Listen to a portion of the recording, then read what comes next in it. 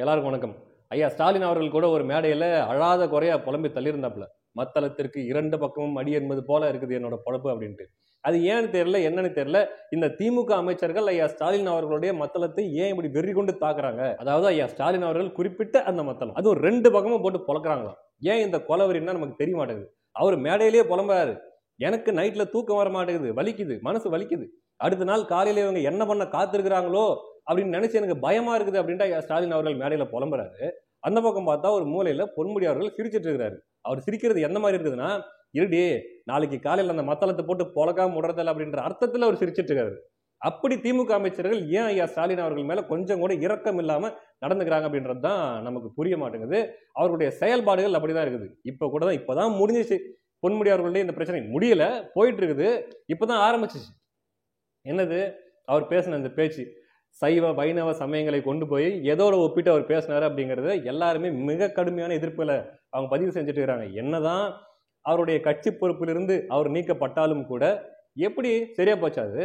இவ்வளவு ஒரு அருவருப்பான ஒரு பேச்சை பேசிவிட்டு, இப்படி பெரும்பான்மை தமிழ் சமூக மக்களுடைய மனதை புண்படுத்தி விட்டு எப்படி நீங்கெல்லாம் எவ்வளவு ஈஸியா நடந்துக்கிறீங்க அப்படின்ற மாதிரி தான் கேட்டுக்கிறாங்க. வெறும் கட்சி பொறுப்பிலிருந்து நீக்கினா பத்தாது. அமைச்சர் பொறுப்பிலிருந்து, அமைச்சர் பதவியிலிருந்து பொன்முடி அவர்கள் நீக்கப்பட வேண்டும். திமுக இதற்கு பகிரங்க மன்னிப்பு கேட்க வேண்டும் அப்படின்றது தான் எல்லாருடைய நிலைப்பாடு தான் இருக்குது. அதிமுகவாக இருக்கட்டும், பாஜகவாக இருக்கட்டும், அல்லது நாம் தமிழ் கட்சியாக இருக்கட்டும், எல்லாருமே இதுக்கு மிக கடுமையான எதிர்ப்புகளை பதிவு செஞ்சுட்டு இருக்கிறாங்க. இது வெறும் கட்சி அளவுல தாண்டி மக்கள்கிட்ட போய் சேர்ந்துருச்சு. மக்கள் மத்தியில இது ஒரு பெரும் கொந்தளிப்பு ஏற்படுத்தியிருக்குது. ஏன்னா இங்க இருக்கிற மக்கள் எல்லாருமே, பெரும்பான்மையான மக்கள் எல்லாருமே, அவர்கள் எல்லாருமே இந்துக்களா இருக்கிறவங்க எல்லாருமே அவங்க சங்கிகள் கிடையாது.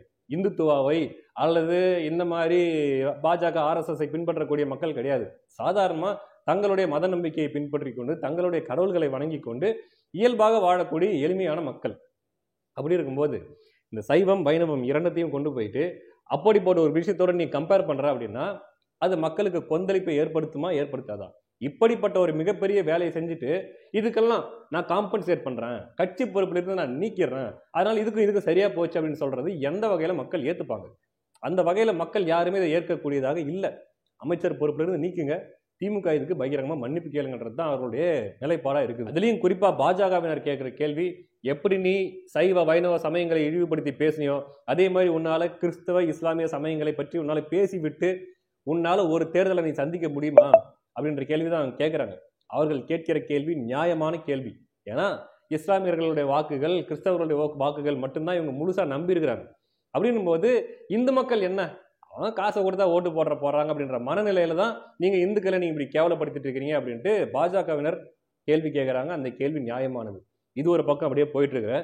இன்னொரு பக்கம் அமைச்சர் துரைமுருகன் அவர்கள், இவர் எப்படி மத்தளத்துக்கு ஒரு பக்கம் அடிச்சாரோ இன்னொரு பக்கம் அமைச்சர் துரைமுருகன் போட்டு ஒரே அடி அடிச்சிட்டாரு. அவர் என்ன பண்ணிருக்கிறாரு, அதிமுகவை எதிர்க்கிறான்ற பேர்ல அதிமுக காரங்க எங்களை எப்படி நீங்க எதிர்க்கலாம் அப்படின்ட்டு கேட்கறதுக்கு என்ன பண்ணிட்டாரு, மாற்றுத்திறனாளிகளோட அவங்கள ஒப்பிட்டு அவர் பேசிட்டாரு.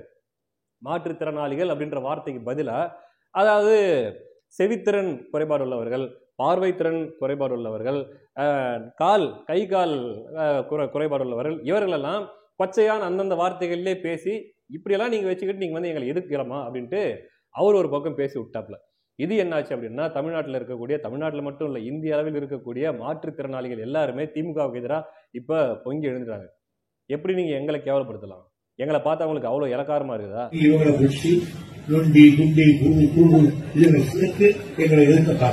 இப்படி மாற்றுத்திறனாளிகளிடமிருந்து திமுகவுக்கு மிக கடுமையான எதிர்ப்பு வந்த இந்த சூழ்நிலையில தான் அமைச்சர் துரைமுருகன் அவர்கள் ஒரு மிக நீண்ட மன்னிப்பு அறிக்கை கொடுத்திருக்காரு. என்ன அப்படின்னா, நான் ஏதோ தெரியாம பேசிட்டேன், நான் கலைஞரால் வளர்க்கப்பட்டவன், மாற்றுத்திறனாளிகள் அப்படின்ட்டு அவர்களுக்கு பெயர் வைத்து அவர்களை கௌரவப்படுத்தியதே கலைஞர் தான். அப்படி இருக்கும்போது நான் இப்படி அவர்களுடைய அந்த குறைபாடுகளை பிரதிபலிக்கும் விதமான வார்த்தைகளை நான் பயன்படுத்தி இப்படி பேசியது தவறு, இதற்காக நான் வருந்துகிறேன், திமுகவுக்கு நான் இப்படி பேசி ஐயா ஸ்டாலின் அவர்களுக்கும் ஒரு சங்கடத்தை ஏற்படுத்தி விட்டேன் அப்படின்ட்டு ஒரு நீண்ட ஒரு மன்னிப்பு கடிதம் எழுதி வச்சிருக்காரு. சரி, ரைட்டு. நீங்க உண்மையாவே உங்களுக்கு பேசும்போது ஒரு மேடையில் உட்காந்து பேசுறீங்க, பல பேர் அங்கே உங்களோட பேச்சை கவனிச்சுட்டு இருக்கிறாங்க, பேசும்போது கொஞ்சம் கூட அந்த உறுத்தல், அந்த கொஞ்சம் கூட அது எதுவுமே இல்லையா? நீங்க என்ன இப்பதான் புதுசா வந்திருக்கிற இந்த புது பேச்சாளர்களா இப்பதான் உருவாகிட்டு இருக்கிறீங்களா? இப்பதான் அந்த திராவிட பட்டறைகளை பயிற்சி பெற்றுட்டு இப்பதான் வந்திருக்கீங்களா? இல்லையே. நீங்க மிகவும் மூத்த அமைச்சர், திமுகலேயே மிக மூத்த பொறுப்பாளர் நீங்க. அப்படி இருக்கும்போது உங்களுக்கு தெரியாத அந்த மேடை நாகரிகம் என்ன, அல்லது யாரை எப்படி பேசணும், எந்த மாதிரியான வார்த்தைகளை பயன்படுத்தணுன்றது கூட உங்களுக்கு தெரியாதா? அப்ப தெரிஞ்சும் நீங்க அப்படி பேசுறீங்கன்னா இதுதான் உங்களுடைய ஒரிஜினல் செல்ஃப். இதான் நீங்க, இதான் திமுக. அதாவது வெளியில வந்து என்னதான் வேஷம் போட்டுக்கலாம், நாங்க இவங்களுக்கு இப்படி பேர் வச்சோம், இவங்களுக்கு இந்த மாதிரி பேர் வச்சோம், திரு நங்கைகள் அப்படின்ட்டு நாங்க பேர் வச்சோம், மாற்றுத் திறனாளிகள் அப்படின்ட்டு நாங்க பேர் வச்சோம் அப்படின்ட்டு வெளில இப்படி சொல்லிக்கலாம். ஆனா இவர்களுடைய உண்மையான மனநிலை என்ன, உளவியல் என்ன அப்படின்னா, எம்ஜிஆர் அவர்களை 8க்கும் 10க்கும் நடுவுல அப்படின்ட்டு இதே திமுக காரங்க தான் பேசுனாங்க. அதே தான் இப்போ ஒன்றும் இல்லை, கல்லூரிக்கு செல்லக்கூடிய மாணவிகளுக்கு மாதம் 1000 ரூபா உதவித்தொகை கொடுக்குறேன் அப்படின்ட்டு அறிவிக்கும் போது இதே அமைச்சர் துரைமுருகன் அவர்கள் என்ன பேசினாரு? நீங்கள் 1000 ரூபா வாங்கிக்காங்க, உங்கள் அம்மாவுக்கு ஒரு 1000 ரூபா கொடுக்குறோம், உங்களுக்கு ஒரு 1000 ரூபா தரோம், அந்த 1000 ரூபா வச்சுக்கிட்டு நீங்கள் செல்ஃபோனுக்கு நீங்கள் ரீசார்ஜ் பண்ணிக்கங்க, உங்கள் கிட்ட நீங்கள் வந்து நீங்கள் பாட்டுக்கு நீங்கள் ஃபோனில் மணிக்கணக்காக நீங்கள் பேசுங்க, நீங்கள் எங்கேயாச்சும் வெளியில் படத்தை எடுத்துக்கு போயிட்டு வரதுனா போயிட்டு வாங்க. இதுக்கு தான் கல்லூரிக்கு போகிறாங்களா? நீ பசங்களோட சினிமா போனா அங்கே பணம் கேட்காது, ஒரு செல்போன் வாங்கி வச்சுக்கோ, நைஸா பேசு, என்ன ஒன்றும் பண்ணேன்னு அதுக்கு ஒரு 1000 கொடுக்குறோம். என்ன பண்றீங்க நீங்க? கல்லூரிக்கு போகக்கூடிய அந்த மாணவிகளை நீங்க இதுக்காக தான் கல்லூரிக்கு போறீங்க அப்படின்னு சொல்லி அவங்களை கொச்சப்படுத்துறீங்களா? அல்லது மாணவிகளுடைய பெற்றோர்கள் கிட்ட பாருங்க இவங்க இந்த வேலையை பார்க்கறதுக்காக தான் கல்லூரிக்கு போறாங்க, இவங்க படிக்கிறதுக்காக போகல அப்படின்ட்டு அந்த பெற்றோர்கள் கிட்ட நீங்க ஏதாச்சும் சொல்ல வரீங்களா? இல்லை எதுக்காக இந்த பேச்சு? பொதுவாகவே திமுக காரங்க எடுத்துக்காங்க, எந்த விஷயத்தை பற்றி பேசினாலும் சரி கடைசியில் அவங்க கொண்டு முடிக்கிற இடம்ன்றது இதுவாக தான் இருக்கும். இதுதான் திமுகவுடைய மனநிலையே. ஆதிக்கம், ஆபாசம், வக்கரம். எப்படி உடலையும் உயிரையும் பிரிக்க முடியாதோ அதே மாதிரி இந்த ஆபாசம், அசிங்கம், வக்கரம் இதிலிருந்து திமுகவை பிரிக்க முடியாது. ஏன்னா அதான் திமுக. அப்படிங்கிறது தான் இந்த அமைச்சர்களுடைய பேச்சு, அந்த கட்சியில் இருக்கிற பேச்சாளர்களுடைய பேச்செல்லாம் நிரூபிச்சுட்டு இருக்குது. ஒன்றும் இல்லை, இப்போ மட்டும் எதுக்கு மன்னிப்பு கேட்டிருக்காரு, அல்லது எதுக்கு பொன்முடி அவர்களை இந்த கட்சி பொறுப்பிலிருந்து விடுவிச்சிருக்காங்க அப்படின்னா காரணம் எலெக்ஷன் கிட்ட இருக்கு. அது ஒரு காரணம் மட்டும்தான். இதே இப்பதான் எலெக்ஷன் முடிஞ்சிருக்குது, திமுக ஆட்சிக்கு வந்திருக்குது, ஆட்சி பொறுப்பேற்று 1 வருஷம் தான் ஆயிருக்குது அல்லது 2 வருஷம் தான் ஆயிருக்குது அப்படின்ற சூழ்நிலையில இவங்க இந்த மாதிரி பேசியிருக்காங்கன்னு வச்சுங்களேன், இதுக்கு யாரும் எந்த வருத்தமும் தெரிவிச்சிருக்க போறதில்ல, எந்த நடவடிக்கையும் எடுத்திருக்க போறதில்ல. நீ கத்தரைய கத்து, நீ திட்டுறத நான் திட்டு, நீ உருண்டு புறணுக, இந்துக்களின் எதிரி, நீ என்ன வேணா சொல்லிக்க, இன்னொரு 3 வருஷம் இருக்குது, அதுக்குள்ள நான் சரி பண்ணிப்பேன் அப்படின்ற தைரியத்துல இது எந்த நடவடிக்கையும் எடுத்திருக்க மாட்டாங்க. இப்ப மட்டும் ஏன் இந்த நாடகம் போடுறாங்க அப்படின்னா எலெக்ஷன் பக்கத்துல இருக்குது. இது கூட தெரியாத முட்டாளாத மக்கள் இருப்பாங்களா? எதுக்காக நீங்க இந்த ஸ்டண்ட் எல்லாம் பண்ணிட்டு இருக்கிறீங்க? எதுக்காக இப்ப கட்சி பொறுப்புல இருந்து நீக்கிறீங்க? செந்தில் பாலாஜி அவர்கள் ஜெயிலுக்குள்ள இருக்கும் போதே இலாக்கா இல்லாத அமைச்சரா தொடர வச்சவங்க நீங்க. அப்படின்னும் போது உடனே நீங்க கட்சி பொறுப்புல இருந்து நீக்கிறீங்கன்னா உங்களுக்கு என்ன இந்து மதத்தின் மேல அல்லது மக்களுடைய மத நம்பிக்கையின் மேல நீங்க உண்மையாவே நீங்க மதிப்பு வச்சிருக்கீங்களா? இல்ல உண்மையாவே உங்களுக்கு அவ்வளவு அக்கறை இருக்குதா?